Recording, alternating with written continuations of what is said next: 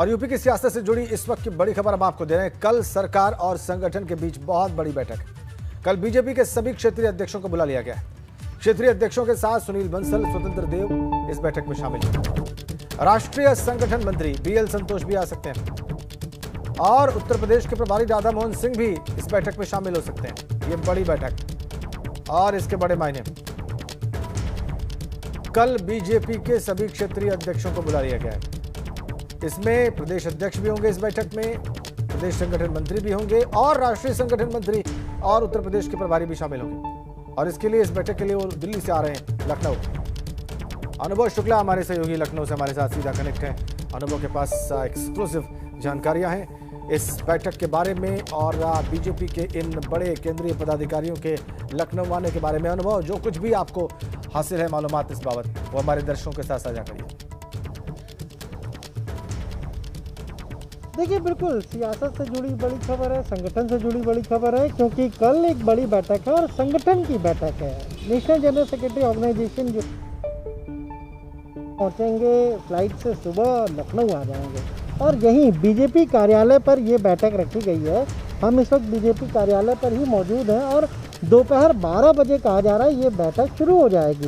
देखिए राजन, महत्वपूर्ण इसलिए हो जाती है कि लगातार कल आप देखिए, कल भी संगठन और सरकार की एक महत्वपूर्ण बैठक हुई जिसमें संगठन की तरफ से कुछ बातें कही गई।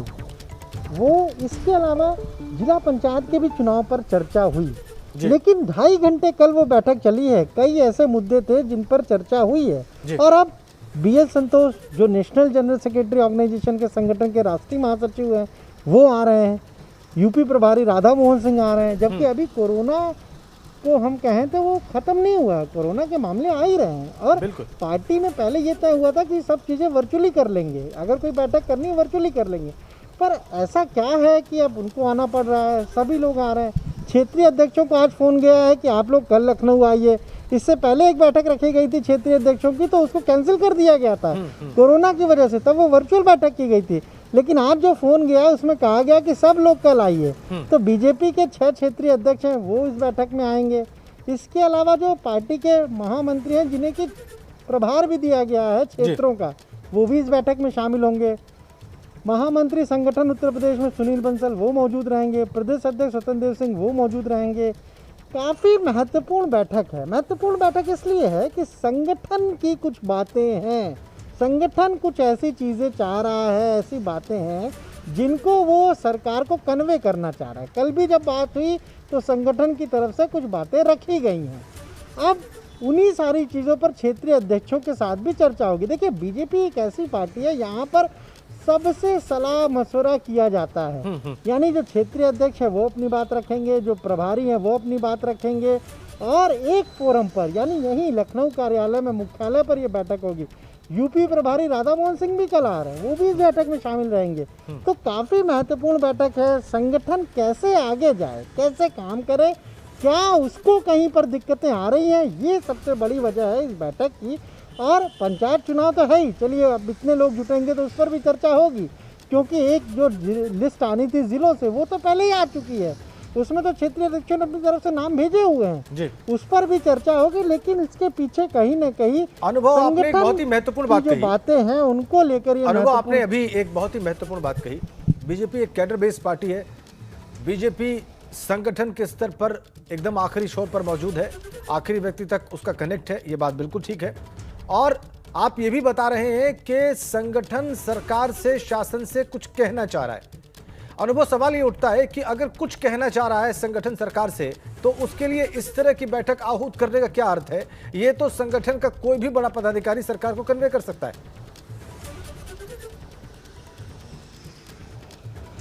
देखिए, बिल्कुल जो बात आपने कही कि कैडर बेस्ड पार्टी है, यानी हर एक कार्यकर्ता की बात यहाँ पर महत्वपूर्ण हो जाती है। इसीलिए क्षेत्रीय अध्यक्षों को भी बुलाया गया है, क्योंकि जो पंचायत चुनाव के नतीजे रहे उसमें सबके सलाह मशवरे से टिकट दिए गए थे और पार्टी ने बेहतर परफॉर्म नहीं किया। और अब चूंकि सभी 58,000 से ज़्यादा जो ग्राम पंचायतें, उसमें ज़्यादातर 42,000 के आसपास जो है, वहाँ पर तो ग्राम पंचायतों का गठन भी हो चुका है। तो ऐसे में अब प्रक्रिया शुरू होने जा रही है जिला पंचायत अध्यक्ष के और ब्लॉक प्रमुखों के चुनाव की।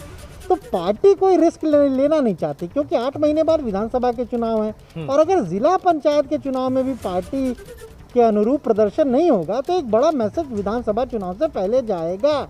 इसीलिए बैठक रखी गई है कि भाई क्या दिक्कतें आ रही हैं, क्यों हमने पंचायत चुनाव में ये नतीजे रहे, क्या वजह है, कहीं आगे भी तो ऐसी दिक्कत नहीं होने जा रही है, कहीं संगठन के जो लोग हैं वो अगर नाखुश है, नाराजगी है तो उसका असर कहीं पार्टी की परफॉर्मेंस पर तो नहीं पड़ने जा रहा है। ये काफ़ी महत्वपूर्ण है और इसीलिए ये बैठक कल रखी गई है। दोपहर 12 बजे कहा जा रहा है कि बैठक शुरू होगी, जब राधा मोहन सिंह आ जाएंगे, इसके अलावा जब BL संतोष आ जाएंगे, उन लोगों को, दोनों लोगों को बाहर से आना है। कुछ क्षेत्रीय अध्यक्ष, कुछ लोगों से हमारी बात हुई तो वो तो आज ही आ जाएंगे लखनऊ, कुछ लोग जो है वो कल सुबह पहुंचेंगे। तो ये एक महत्वपूर्ण बैठक और देखना होगा कि कल क्या कुछ इस बैठक में होता है और क्या कुछ चीज़ें फिर बाहर आती हैं। बिल्कुल, ये बहुत ही दिलचस्प और बहुत महत्वपूर्ण अनुभव कि इस बैठक में क्या होता है, क्या चीज़ें बाहर निकल कर आती हैं, या क्या कोई निर्णय लिया जाता है, या जिस ओर आप इशारा कर रहे हैं कि सरकार को कुछ बिंदु कन्वे किए जा सकते हैं संगठन की ओर से, क्या उस बाबत कोई ठोस बात बाहर निकल कर सामने आती है इस बैठक के बाद। बहुत शुक्रिया आपका अनुभव इन जानकारियों के लिए। केंद्र की मोदी सरकार के कार्यकाल को आज 7 वर्ष पूरे हो रहे हैं। इस मौके पर बीजेपी सेवा कार्य कार्यक्रम कर रही है। आज उत्तर प्रदेश के 23,300 गांव में पार्टी के विधायक, सांसद, पदाधिकारी और सरकार के मंत्री सेवा कार्य के लिए पहुंच रहे हैं। सीएम योगी आदित्यनाथ भी आज 2 जिलों के अलग अलग गांवों के लोगों के साथ वर्चुअल तरीके से संवाद करेंगे और सेवा कार्य कार्यक्रम में शामिल होंगे। बीजेपी प्रदेश अध्यक्ष स्वतंत्र देव सिंह भी सेवा कार्य कार्यक्रम में पहुंचे। इस दौरान वहीं बैठक कर उन्होंने प्रधानमंत्री के मन की बात कार्यक्रम को सुना और फिर सेवा कार्य करते हुए लोगों को मास्क और सैनिटाइजर बांटे।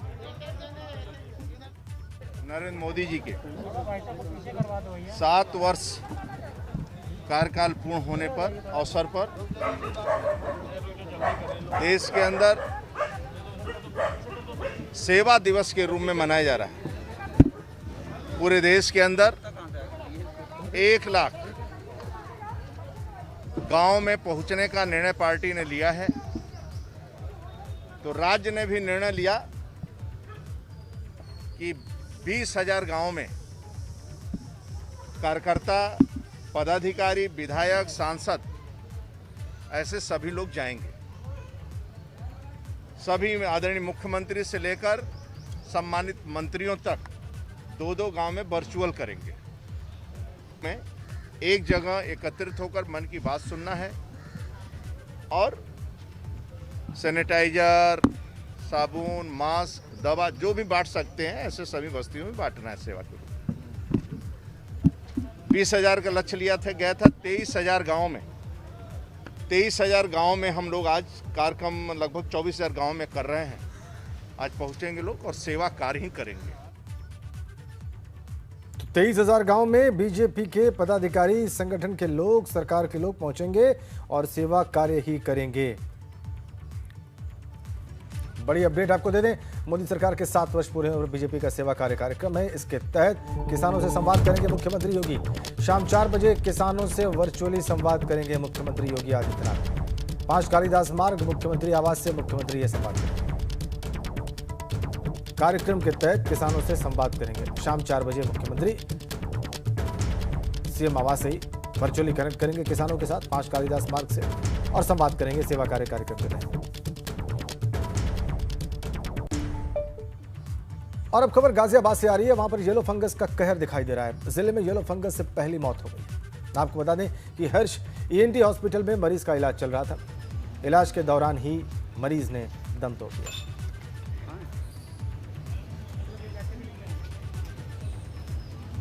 हर्ष ENT हॉस्पिटल में इस येलो फंगस के पेशेंट का इलाज चल रहा था। आखिरकार कोई जंग हार गया। येलो फंगस था। येलो फंगस जिस दिन उसको डिटेक्ट हुआ था तो मैंने प्रेडिक्ट किया था कि येलो फंगस वाइट और ब्लैक फंगस से ज़्यादा खतरनाक होता है।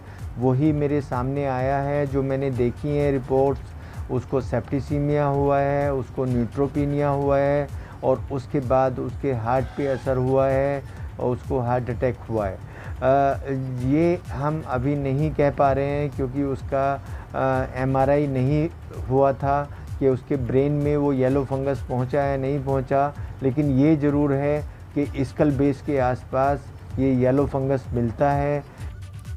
इधर मेरठ में एक निजी अस्पताल KMC हॉस्पिटल के कर्मचारी ने अस्पताल प्रबंधन पर गंभीर आरोप लगाए। कर्मचारी देवेंद्र का आरोप है कि अस्पताल प्रबंधन कोरोना मरीजों को जरूरत से कम फ्लो पर ऑक्सीजन देता है। इस कारण यहां पर कोरोना मरीजों की मृत्यु हो रही है। और इतना ही नहीं, कर्मचारी ने यह भी कहा है कि अस्पताल में 50 बेड्स की क्षमता है, लेकिन पैसे के लालच में अस्पताल के मालिकों ने मानकों को ताक पर रखकर 193 मरीज एडमिट कर लिए। इसके चलते मरीजों को न तो ऑक्सीजन पूरी मिल पाई और न ही सही इलाज, और इसीलिए यहां पर कोरोना से ज्यादा मौत हुई। तो हमने उससे पूछा कि भाई पहले जब हमारे 190 मरीज थे तब 350 सिलेंडर आ रहे थे या 360 आ रहे थे, अब मरीज रह गए 50-55 ऑक्सीजन पे, अभी भी तुम 250 सिलेंडर मंगा रहे हो। तो उसने इधर उधर की बातें करने लगा। फिर मेरी वाइफ जो मैडम है डॉक्टर प्रतिभा, वो परसों फिजिकली गई लाइन पे, उन्होंने चेक किया, वो जितना कंज्यूमशन बता रहा था उससे आधे से कम पे हमारी सप्लाई का काम चल रहा था, मतलब प्रॉपर गैस उस पर मेंटेन हो रही थी। लेकिन फिर अब से जब उसका ज्यादा कारण पूछा तो दाएं बाएं करने लगा। जब मैंने सख्ती से पूछा तो यहाँ से भाग गया। पहले से गाड़ी बाहर खड़ी थी उस गेट पे, उसके बाद में उससे तैरी वैरी जो भी दी, फिर वो डंडे हथियार लेके करीब 15-20 लड़के लाया। उसने लेडीज स्टाफ पे वार किया, फावड़ा था, हॉकी थी। उसके बाद हमने उसकी तहरीर दी, पुलिस को इन्फॉर्म किया। ये सारे बिंदु जिसको इन्होंने रेस किया है अपने वीडियो में, उसको इंक्वायर करने के लिए मैंने एक एडिशनल सीएमओ और एडीएम प्रशासन की संयुक्त समिति को जांच दिया है। वो जांच पूरे सारे चीज़ों को संज्ञान में लेके जांच करेगी। जैसे रिपोर्ट प्राप्त होगा उसके अनुसार आगे कार्रवाई होगी। और वहीं मुख्यमंत्री योगी आदित्यनाथ की बड़ी मानवीय पहल दिखाई दी है। सीएम के निर्देश पर दिवंगत पत्रकारों के परिवार को बड़ी आर्थिक मदद दी गई। कोरोना से जान गंवाने वाले पत्रकारों को हिंदी पत्रकारिता दिवस के मौके पर 10 लाख रुपए दिए गए। दरअसल सीएम के निर्देश के बाद सूचना विभाग ने ऐसे दिवंगत पत्रकारों का ब्यौरा जुटा लिया था और अब उनके परिवार को 10 लाख की आर्थिक सहायता दी गई।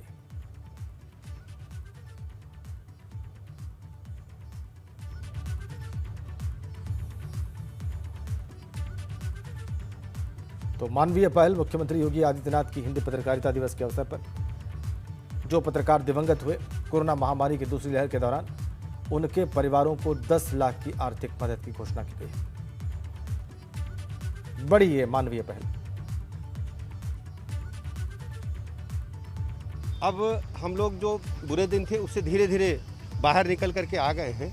कोरोना महामारी के दौरान जो पीड़ा आप सबने झेली है, हमारे कई पत्रकार मित्रों ने अपने प्राणों की आहुति भी दी इस कोरोना महामारी के दौरान।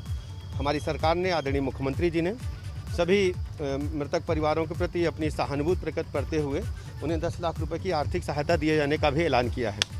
ऐसे अवसर पर यहाँ पर जहाँ हम लोग खड़े हैं BBIP के परिसर में, यहाँ पर हमारे पत्रकार मित्र ढेर सारे दिन भर कवरेज करने के बाद खड़े होते थे, तो कोई अच्छा यूरिनल नहीं था।